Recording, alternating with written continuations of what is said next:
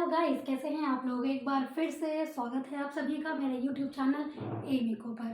तो आज की हमारी दूसरी वीडियो है। पिछली वीडियो पे आने के लिए बहुत बहुत धन्यवाद और सब्सक्राइब जिन लोगों ने किया है उनको बहुत बहुत धन्यवाद।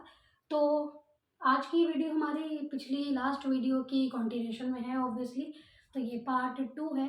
तो आइए बिना किसी टाइम वेस्ट के ना शुरू कर देते हैं। ये सब्सक्राइब का रिक्वेस्ट जो है ना बाद में कर लेंगे। तो फटाक से क्विक रिवीजन करते हैं कि हमने लास्ट वीडियो में क्या किया था। तो लास्ट वीडियो में हमने किया था कि इकोनॉमी क्या होती है, इकोनॉमिक्स क्या होता है, हम लोग क्यों पढ़ते हैं, पॉजिटिव इकोनॉमिक्स क्या होता है, नॉर्मेटिव इकोनॉमिक्स क्या होता है। यहाँ तक हम लोगों ने पिछले लेक्चर में क्लियर कर लिया था। तो आज का हमारा जो ये वीडियो होगा इसमें हम लोग types of economy, central problem of economy, production possibility curve क्या होता है, इन सब चीज़ों के बारे में हम लोग आज पढ़ने वाले हैं। तो चलिए शुरू करते हैं। फिर सबसे पहले जो है आज की इस वीडियो में हम ये बता दें कि कुछ ऐसे वर्ड्स हैं जो ना जो बच्चे जैसे 10th हमने बताया था लास्ट टाइम की, जो 10th से 11th में गए होते जिन्हें कुछ नहीं पता होता, तो उन्हें ना ये पता होने चाहिए। तो कुछ ऐसे वर्ड्स हैं जिसको अब आप लोग ऐसे ही पढ़ेंगे, जैसे गुड्स।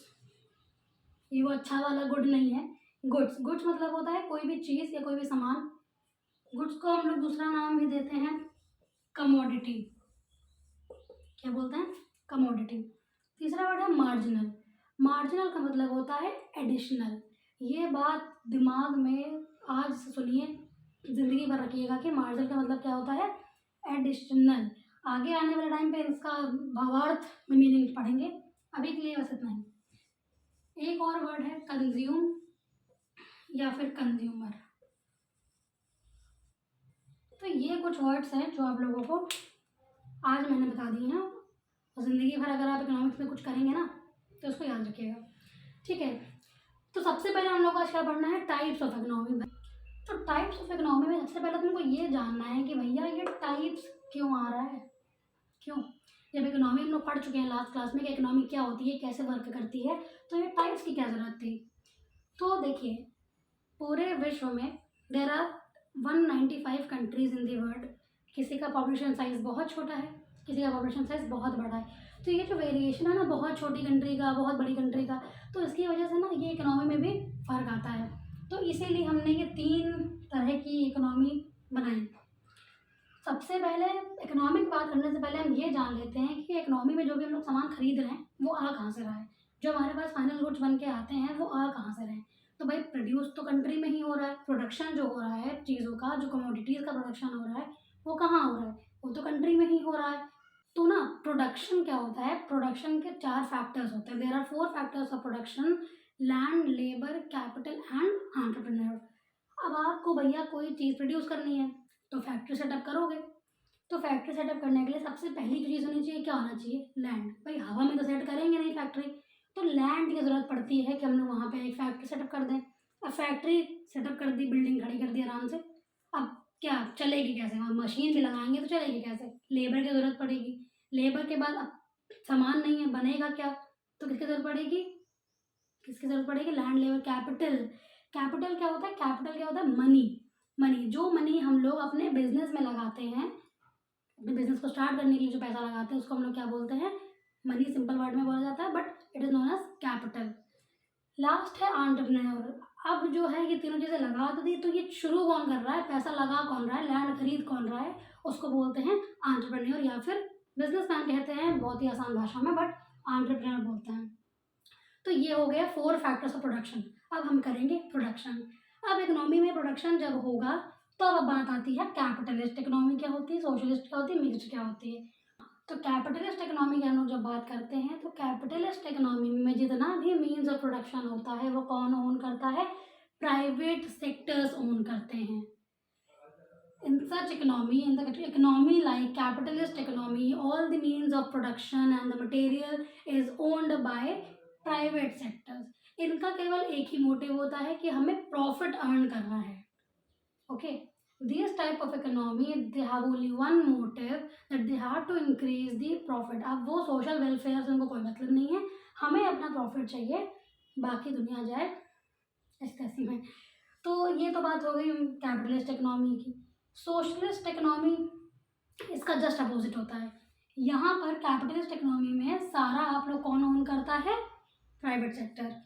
सोशलिस्ट इकोनॉमी में all the means and materials of production is owned by the government.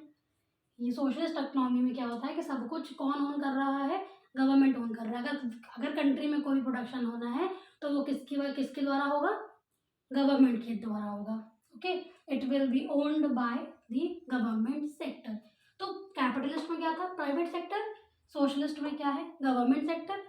और मिक्स्ड, नाम से ही समझ में आ रहा है, मिक्स्ड मतलब जहाँ पे सब चीज़ें मिल जाती हैं, मिक्स हो जाती हैं। तो मिक्स्ड इकोनॉमी वो इकोनॉमी होती है that has both the characteristics and traits of both the economies, capitalist economy and social economy. जिस इकोनॉमी में कैपिटलिस्ट इकोनॉमी और सोशलिस्ट इकोनॉमी दोनों के कैरेक्टरिस्टिक होते हैं उसको हम लोग बोलते हैं mixed economy. The very big example is India itself. India is the example of mixed economy. यहाँ पर गवर्नमेंट भी काम करती है और प्राइवेट सेक्टर्स भी काम करते हैं। So India is the very main example of mixed economy.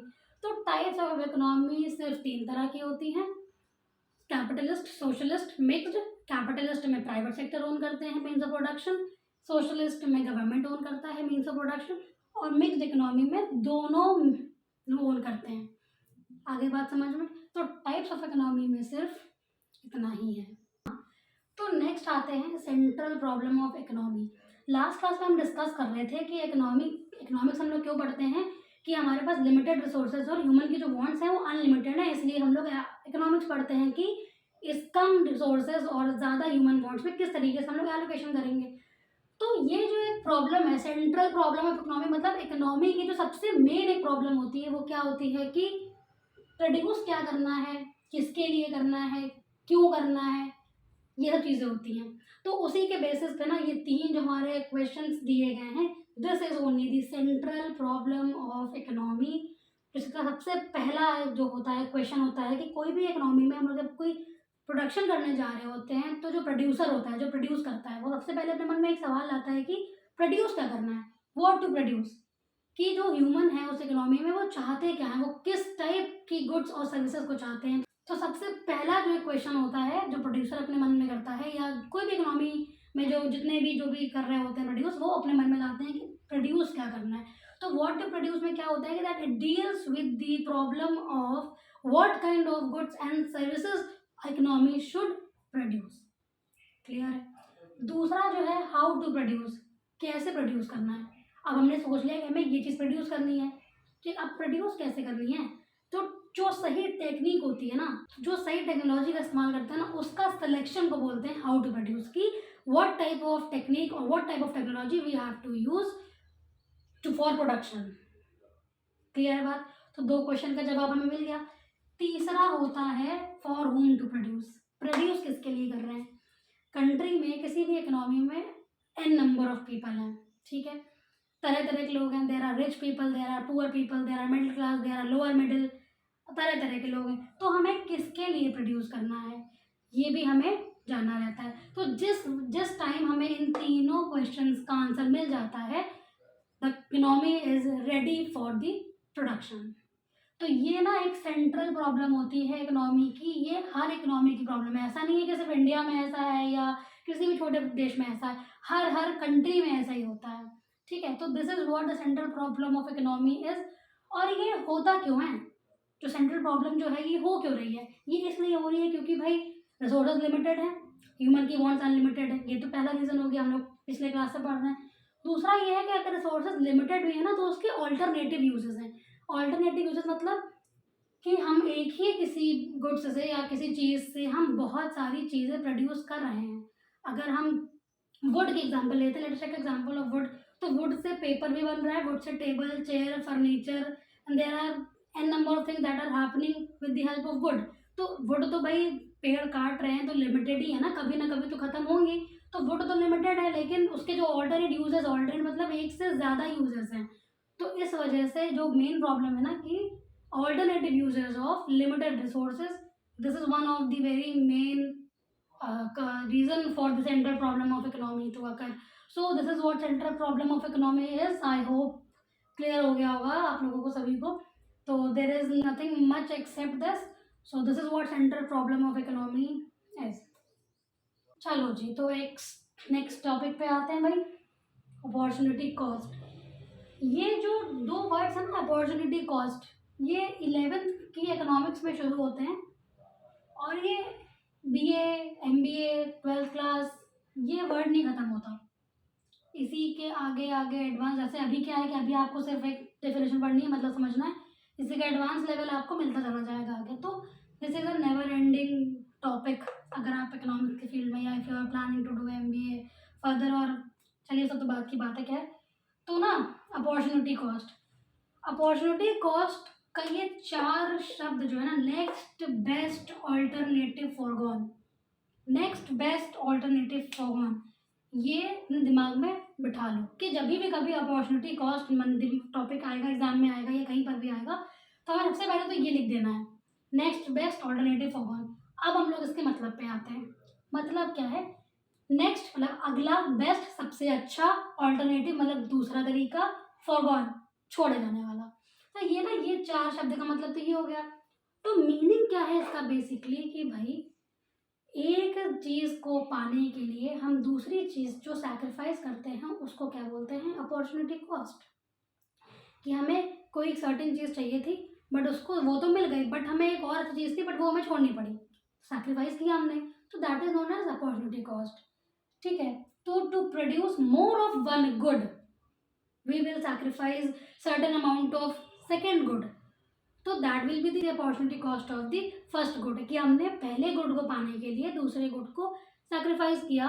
ठीक है, तो एक एग्जांपल लेते हैं, लेट अस टेक एग्जांपल। आपके पास, आप जॉब कर रहे हैं, आपके पास 2 चॉइसेस हैं, either you choose a job with a salary of 30,000 और you choose the salary of 35,000। तो ऑब्वियस सी बात है कि आप 35,000 वाली ही सैलरी लोगे, बट 35,000 वाली जॉब पाने के लिए आपने क्या छोड़ा, 30,000 वाली जॉब छोड़ी। तो 30,000 वाली जॉब इज व्हाट, 30,000 वाली job is the opportunity cost for getting the job of 35,000। आई बात समझ। तो this is what opportunity cost is, कि हम कुछ और अच्छा लेने के लिए जो उससे पीछे वाली अच्छी चीज़ होती है उसको सैक्रिफाइस करते हैं, उसको हम लोग बोलते हैं opportunity cost, that is next best alternative for one.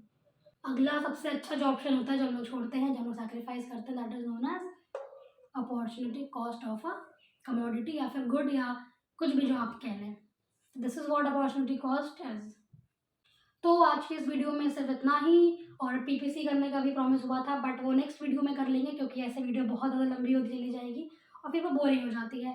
तो वीडियो अच्छी लगी हो तो like, subscribe, share and do comment. Thank you so much.